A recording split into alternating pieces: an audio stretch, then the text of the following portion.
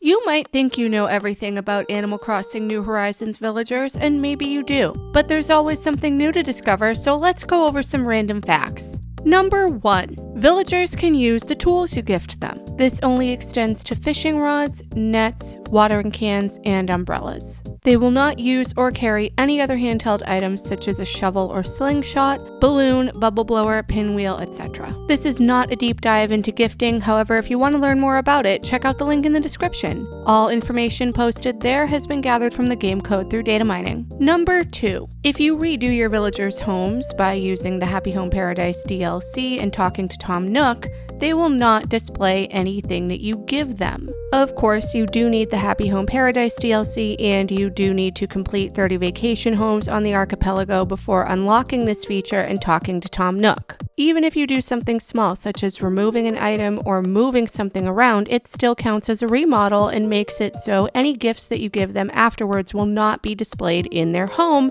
but instead go into their storage. So, things such as clothing, furniture, and tools will not be displayed in their house and instead go into storage where they can use and wear them. I remember the early days of the game, way early, and giving my villagers tools, hoping that they would use them, only for some of them to be displayed in their homes. This was a big disappointment, and I'm glad that the Happy Home Paradise DLC makes it possible for this to no longer happen. This is especially useful for clothing, as it makes it so they will definitely wear the clothes you give them instead of displaying it. Number 3. There is a way for villagers who moved out to remember you, albeit fleetingly, from the comfort of your own island. Did you ever want to reconnect with a villager who once lived with you? Sending them out into the void and finding them again on a Nook Miles island isn't the same thing, as that villager on the Nook Miles island or in the campsite is not the same instance as the villager who once lived with you. You can only really talk to villagers that you knew previously if they are adopted by a friend of yours or via the amiibo phone in the Roost. If you have an amiibo of a villager who once lived on your island and call them via the Roost's amiibo phone,